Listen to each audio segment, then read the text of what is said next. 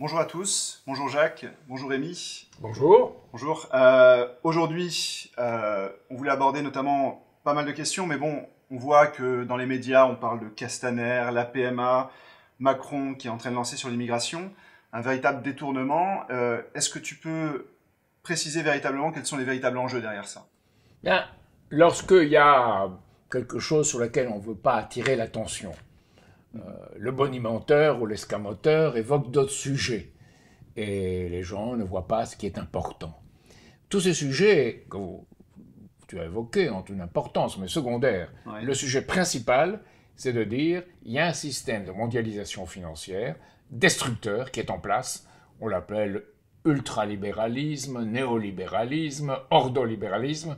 C'est en fait une dictature financière destructrice qui impose l'austérité sociale, qui ne permet plus le développement économique et qui enrichit les très riches. Donc on veut véritablement évacuer le débat par rapport à ça. On veut évacuer le débat par rapport à ça et par le combat qu'on doit mener contre ça. Ouais. Dans toute notre histoire, depuis au moins 1981, on n'a pas voulu aborder cette question principale.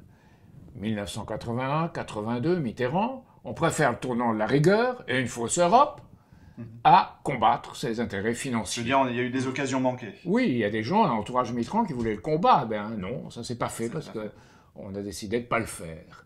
Ensuite, tous, à un certain moment, se sont dérobés. On va dire 2002, Chirac. Il a la majorité, il peut faire un gouvernement d'unité nationale pour combattre le système financier. Il ne le fait Il pas. ne le fait pas. 2003, après la guerre contre l'Irak, et qu'il l'ait dénoncé, la guerre du Golfe, il a l'occasion, avec l'Allemagne et la Russie, de lancer quelque chose. Il ne le fait pas. Hollande, lorsqu'il est élu, Ah bah avec il a dit « Mon adversaire, c'est la finance ». Il a l'occasion. sur la séparation des banques. Je vais voir Macron à ce moment-là. Ils ont l'occasion. Ils ne le font pas. Pourquoi? Parce que toujours, ils se soumettent. Et ils se soumettent à ce pouvoir financier qui implique l'austérité sociale. Alors, ils projettent sur tout ça des tas de théories, le ruissellement des riches vers les moins riches. C'est le ruissellement à l'envers, hein. Il monte, il ne descend pas, ce ruissellement-là. Puis on dit, on fait dans l'aménagement du territoire des métropoles, et les métropoles irrigueront le reste. Maintenant, ce n'est pas vrai. Les métropoles, sauf certains cas, dépouillent. Donc on a toute cette fausse notion qui s'est imposée, qui masque l'adaptation, la plasticité de nos élites. Est-ce qu'il pourrait faire quelque chose? Oui, bien sûr que oui. Il faut combattre, toujours. Il faut lancer cette fameuse séparation bancaire, couper les banques en deux. Marianne a publié toute une série de textes sur cela, qui reprennent ce que je dis depuis très longtemps. Et Marianne pense que c'est une grande découverte, peut-être. Moi, je dis depuis très longtemps, personne n'a soutenu ce que je faisais dans ce combat. Ouais. Personne. Pourquoi? Parce que, encore une fois, tout le monde se dérobait. Aujourd'hui, les choses sont sur la table. Parce qu'on sait que si on continue comme on va vers le désastre. Donc, les gens qui disent, quand même, là, on est arrivé à ce moment-là, il faut faire quelque chose. Mais alors, qu'est-ce qui arrive? C'est qu'on confond deux désastres, ou on fait exprès de confondre deux désastres. On dit, voilà, comme un tel ou tel youtubeur qui reprend cette crise financière, qui dit c'est terrible, on va dépouiller le peuple, mais il dit en même temps, il y a une crise du climat, Ah oui, tu veux dire comme si le climat était coupable. le youtubeur, c'est la vidéo de partager, c'est sympa, qui est sortie. aussi. Oui, il y en a d'autres, mais celle-ci est quand même assez notable. Celle-ci est par rapport à assez tout ce notable, qu'il parce qu'il attaque Ouais. la crise financière, alors il interroge de la Marche, il interroge dit. Toussaint, je crois. Toussaint, Éric Toussaint, il interroge tous ces gens-là, il interroge Charles Sanat, et tous ces gens-là disent ce qu'ils ont à dire comme analyse. Il n'y a pas de solution. Pas de solution. Et moi, j'ai toujours amené les solutions. Ça, on n'en parle pas. Parce que c'est là, on s'engage vraiment s'il y a des solutions. On engage le combat. Et ces gens-là sont très fiers d'analyser, de découper les choses en 4, en 36, peut-être davantage, mais ils ne sont pas dans le combat. Donc cette Ils question, ont une bonne analyse. Et une analyse qui risque d'aller dans le sens, disons, où elle peut être récupérée. en fait, là, il y a la Convention citoyenne pour le climat qui se lance. Pour toi, c'est un véritable retour du citoyen ou Alors, c'est quand Extinction Rebellion et tous les milieux financiers derrière ces mouvements-là, Extinction Rebellion est né à Londres, c'est pas un hasard, tous ces milieux-là qui ont été financés sont des milieux qui sont mis sur le devant de la scène pour qu'on n'aborde pas le débat dont je viens de parler. Ouais, parce que... On les met sur le devant de la scène. Alors, par exemple, je reprends les propos même de ce YouTuber, il a dit « c'est la destruction méthodique de la vie sur Terre ». Et contre, il faut tout occuper avec la rage. Ça n'est pas une solution. La solution, c'est méthodiquement de reprendre le gouvernail et de redonner le gouvernail de l'argent au peuple. Et ça, c'est notre politique. C'était toujours, si l'État ne contrôle pas la monnaie, c'est la monnaie qui contrôle l'État. Ce que disait Georges Boris, le conseiller de la France libre et de Mendes France. Il faut revenir à ça.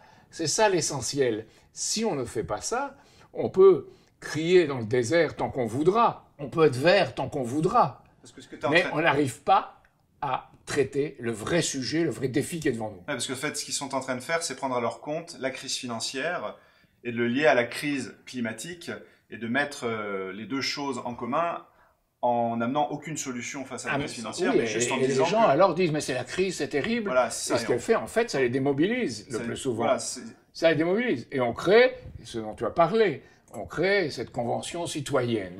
Alors, on réunit 150 personnes tirées au sort pour discuter sur des textes fondamentaux. Alors, j'attendais 150 personnes sur la crise financière et comment se libérer de la dictature financière. Normalement, Pas du tout, c'est se libérer du climat. Normalement, il devrait comme si le climat était... Oui, c'est normalement... Moi, je ne suis pas du tout contre qu'on réunisse ces gens-là, mais je suis contre quand même qu'on prenne 250 000 sites téléphoniques, 250 000, avec... Attends, ça c'est le moyen de sélection. Oui, c'est le moyen de sélection. Oui, c'est le moyen de sélection. 250 000 téléphones et sélectionnés par une société de sondage. Enfin, on donne quelque chose qui est essentiel à cela, on le livre à cela, c'est la privatisation. Et on espère peut-être que ça ruissellera. Je ne sais pas. Alors, de quoi discuteront-ils ? Ils vont discuter, alors c'est très vague, parce qu'on dit d'un côté que ça sera sur la transition écologique. Ouais. Puis je vois ici qu'ils discuteront de différents sujets, les thèmes se déplacer, se loger, se nourrir, consommer, produire et travailler. C'est-à-dire tout et rien. C'est-à-dire qu'on ne va pas vers le vrai sujet. Et ces gens-là, incités par des experts, qui les orienteront dans le sens voulu au départ, et on sait très bien comment ces choses-là peuvent se faire, ils jetteront, ils feront des propositions aussi, qui seront soumises sans filtre, c'est-à-dire sans intervention du gouvernement, au vote du Parlement, au référendum, ou par la voie réglementaire si ça en relève. Donc, qu'est-ce que c'est que cette histoire ? C'est d'une grande façon d'aller de l'avant dans la démocratie, qui est de réunir des gens par tirage au sort et qui réfléchissent, qui est une avancée, à condition que derrière il y a le Parlement et le gouvernement, bien entendu, mais c'est très important, de ces initiatives populaires. Eh bien, on la cantonne à un sujet qui est la transition écologique. Sans une transition écologique qu'on voit comme par le bas. S'il y avait une transition écologique par le haut, pour les énergies les plus denses et qui permettront d'alimenter le monde futur, c'est-à-dire l'énergie de fusion thermonucléaire contrôlée, par exemple. L'écologie par le haut, c'est-à-dire... Oui, c'est ça, d'assurer l'indépendance énergétique de la France et un avenir au monde. D'accord. Ça n'est pas le cas, hein. Oui. Là, on parle du local et on essaye de... Surtout, on parle de choses du quotidien des gens, mais parce que là, on arrive aussi... Un quotidien des gens, vous avez le Front National qui a mis la main dessus. Hein. Ce qu'ils sont en train de dire, c'est qu'il faut sauver le biotope français à partir du local et à partir de là, faire une écologie, disons-le, ethnique en réalité. On n'aime pas l'étranger. Comme Zemmour, il n'aime pas ni la femme, ni l'autre, ni l'étranger. Non, ce qu'il aime que lui-même. Hein. Si les dirigeants ont à plusieurs reprises raté leur occasion, etc., qu'aujourd'hui on a différents partis politiques qui naviguent dans des eaux troubles plus ou moins sales, qu'est-ce que toi tu défends pour les municipales et qu'est-ce que tu penses être une autre action plus constructive dans les municipales, il y a un sujet qui doit être le sujet dont je parle, qui nous avons fait un manifeste qui s'intitule « Pour le développement des territoires et couper les banques en deux ». Ça veut dire que les Français souffrent aujourd'hui. On l'a vu avec les Gilets jaunes, et ce que demandent les Gilets jaunes. On voit que les maires ne reçoivent pas les moyens que mériterait leur dévouement.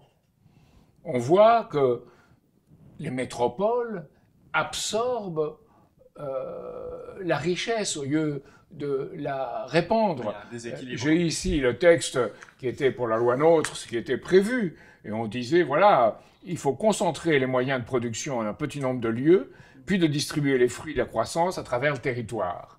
Ben, ça ne s'est pas fait. Et je vois les commentaires qui ont été faits et qui sont très clairs, qui recoupent tout à fait ce que je dis. La théorie du ruissellement, présumant de fortes retombées économiques de l'activité des métropoles, n'est pas vérifiée. Une véritable refondation des relations ville-campagne s'avère nécessaire. Les pouvoirs publics doivent réviser profondément leurs connaissances pour comprendre que le développement et l'innovation sont partout possibles dans tous les territoires, qu'ils soient considérés comme urbains ou comme ruraux. Donc, il faut ce développement de tout le territoire. Mais pour ça, il faut les moyens financiers. Et ce que nous disons, c'est qu'il faut, dans la situation actuelle, empêcher que les banques et les sociétés d'assurance, dans les sociétés de taux d'intérêt négatifs, aillent spéculer. Parce que là où elles avaient auparavant leurs ressources, à taux d'intérêt négatif, ça ne leur rapporte plus. Donc, il y a une baisse de services rendus à l'épargne. Le livret A est à 0,75%. Et maintenant, on dit que les fameuses assurances-vie en euros descendront à 1,2%. Or, l'inflation, c'est 1,2%. On spolie l'épargne. Et en même temps, les taux d'intérêt négatifs permettent aux sociétés zombies, on dit qu'aux États-Unis, il y a 10%, en France, il y en a probablement autant, qui n'arriveraient pas à survivre s'il y a la moindre hausse des taux d'intérêt. Donc, on est un système sous perfusion. Et c'est ce qu'il faut sortir pour donner au territoire les moyens de se développer. Il faut sortir de cette perfusion, il faut des moyens financiers qui donnent la possibilité de respirer au territoire, de l'oxygène pour le territoire. Si aujourd'hui, je crois que c'est 50% des maires qui n'envisagent pas de se représenter. Absolument. Donc il y a un dégoût de la part même des élus locaux, en fait, par rapport aux réponses qu'ils ont des préfectures, aux réponses qu'ils ont des élus nationaux, des sénateurs, etc.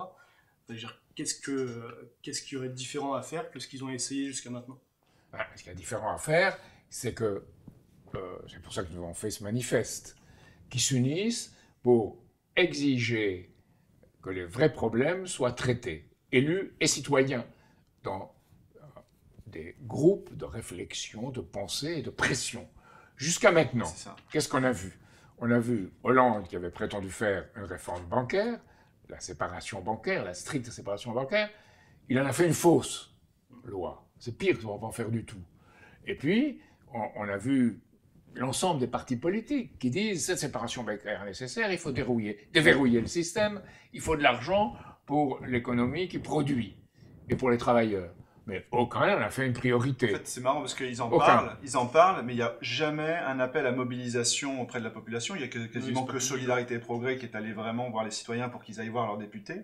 Il n'y a pas de mobilisation politique. Donc, on va dire les municipales, tu veux dire, pourraient être un tremplin pour ça auprès des élus locaux. Oui, bien sûr, nous sommes allés voir les citoyens. Ce serait l'idée. Et nous sommes allés voir les citoyens, les insoumis, dans la loi sur la moralisation de la vie politique, ont soumis un amendement sur la séparation bancaire. Mais ils savaient bien que ça irait nulle part, parce que ça ne serait pas voté au Parlement. Beaucoup de centristes, beaucoup d'autres, disons, sensibilités politiques, ont dit c'est très bien ce que vous faites, et puis rien.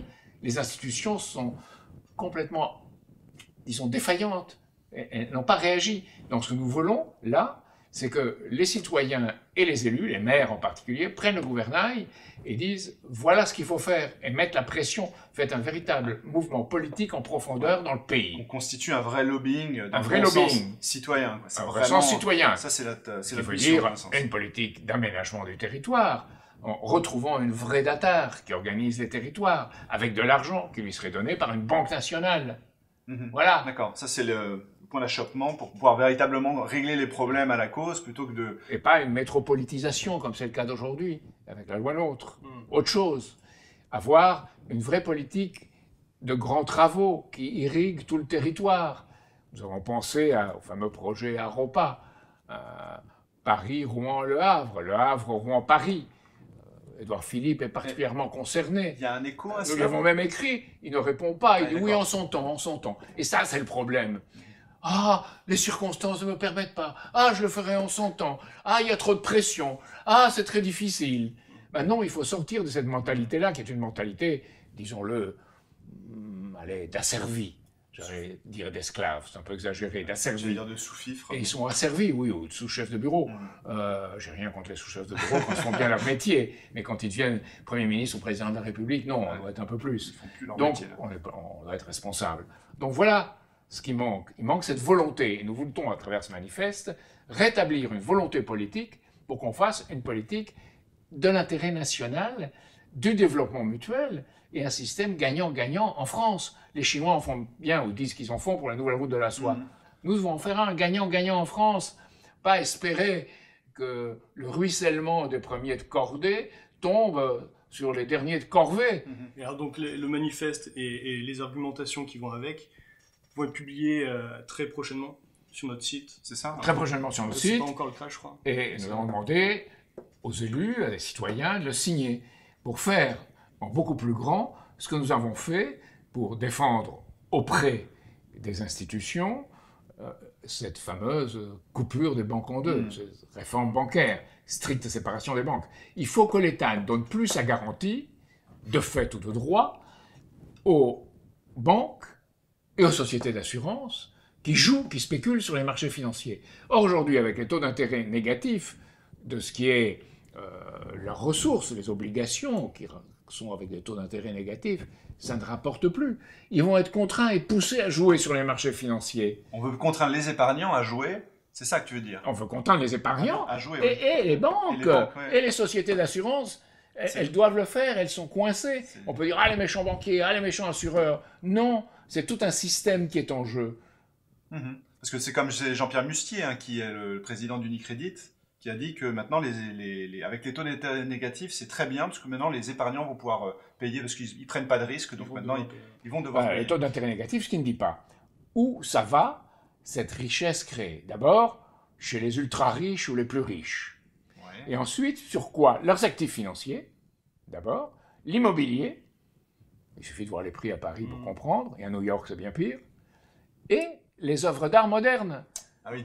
Et ça, c'est la triade des ultra-riches. C'est pour ça que Jeff Koons... Ben non. C'est pour ça qu'on a Jeff Koons à Paris? Non, c'est pas pour ça. Non, ça, c'est autre chose. Jeff Koons assure sa promotion et nous Ouais, sommes complaisants avec lui parce qu'on ça, pense qu'on fera moderne comme ça. Mais ce qu'il n'y a pas, il n'y a pas d'investissement dans l'industrie et dans un véritable aménagement du territoire. Ça, c'est la vraie Non, question. parce que on sacrifie le long terme. Ouais. Et tout le reste, c'est le court terme. Même les œuvres d'art sont faites aujourd'hui Pour le coup. très vite. C'est pas des œuvres pensées, réfléchies, comme on pouvait la faire, je sais pas, pour une époque récente, un Cézanne ou un Gauguin. On n'a plus des œuvres d'art qui sont faites dans la réflexion, dans l'approfondissement. Même un peintre naïf comme le douanier Rousseau, il mettait du temps. Aujourd'hui, non, c'est fait comme ça et c'est vendu très vite. Et tout est comme ça, tout. C'est ça le problème. Le présentisme, Sarkozy en était l'illustration caricaturale. Quand il a vu que Chirac allait dire aux Américains que la guerre du Golfe, c'était un désastre, parce qu'elle allait créer le chaos au Proche et Moyen-Orient, Sarkozy, qui est dans le va-vite, est allé voir l'ambassade américaine pour lui dire « Moi, je ne suis pas d'accord avec Chirac, et vous verrez, hein, moi, je vais être un bon petit atlantiste. » C'est encore une occasion manquée, ça, pour le coup. C'est encore une occasion manquée. Pire que Mais il y en a beaucoup eu d'autres, d'autres. j'en ai mentionné 2 ou 3, mais il y en a une dizaine Ouais, il y a depuis celle- 1981. Oui, il y a celle en 95, mais par exemple Chirac, qui aurait pu nommer 95, la Seguin, fracture sociale, il aurait pu nommer Séguin. Il a nommé Au lieu de Juppé, il a nommé Juppé. qui a On ses sait 3 bien, mois. il faudrait tout ce qu'il faut pour le système. Juppé aux affaires étrangères a démantelé notre représentation à l'étranger. Il a été le premier, les autres ont continué. Puis à Jospin, en 97, il avait la majorité. Qu'est-ce qu'il a fait? Il s'est adapté à Clinton et à Blair, surtout à Blair. Il n'a pas fait un socialisme de la production, comme disait Strauss-Kahn, qui a trouvé un beau mot, mais qui ne pensait jamais le faire. Donc voilà, on ne fait pas ce qu'on dit, on ne se bat pas, et on n'ose pas affronter l'oligarchie financière dans le monde, et on préfère s'adapter pour tenter, disons, de ne pas faire de vagues et faire carrière. Bah voilà, non, c'est sûr que là, il y a un sacré défi, je pense, à amener. Je sais pas si, Jacques, toi, par rapport à ça, tu aurais un mot de conclusion? Oui, c'est ici et maintenant. Cette fois-ci, on a raté beaucoup d'occasions dans le passé, avec de graves conséquences. Cette fois-ci, c'est bien pire, parce que tout ce système financier et monétaire a réuni les conditions, je ne suis plus le seul à dire, tout le monde le dit aujourd'hui, pour s'effondrer un jour. Mais on fait comme la mère de Napoléon, pourvu que ça dure, et on espère gagner du temps pour retarder l'inéluctable. Sauf que l'échéance... Mais ce sera pire demain si aujourd'hui on ne fait pas ce qu'il faut faire. Donc c'est ici et maintenant, c'est pour ça que nous lançons ce manifeste, et nous voulons que ce manifeste réunisse les énergies. Il ne faut pas rêver, comme font certains, d'un Frexit après un Brexit. Qu'est-ce que c'est le Brexit? C'est Boris Johnson et compagnie, et certains facteurs de la City, qui veulent faire de l'Angleterre un paradis fiscal international pour réussir, une fois de plus, avec de faibles moyens physiques, à dominer le monde à travers le contrôle des services de renseignement, du financier et la mentalité des gens qu'on manipule. Ben non, il faut autre chose. C'est ça ma conviction, non seulement ma conviction profonde, mais c'est la nécessité, ce qu'exige le monde aujourd'hui. Il faut qu'à un certain moment, la façon dont un gouvernement décide ce qu'il fait correspond à un univers qui se développe. Et il faut cette coïncidence entre les lois de l'univers et ce que fait un gouvernement pour qu'on avance. Ça, c'est la vraie écologie.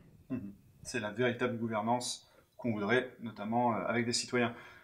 Sur ce, je crois que là, on a fait le tour un petit peu. Certainement pas, mais non, il y a beaucoup de choses à dire. Il y a beaucoup d'autres choses, mais là, je crois que on va cesser pour cette semaine. Maintenant, je tiens à vous inviter tous à venir nous rejoindre pour nos prochains rendez-vous. En fait, on a 2 rendez-vous, le 19 octobre à Cambrai avec Jacques Cheminade et une autre réunion le 30 octobre à Paris. Vous aurez tous les détails dans la description de la vidéo. Et sur ce, on vous dit à la semaine prochaine. Au revoir à vous.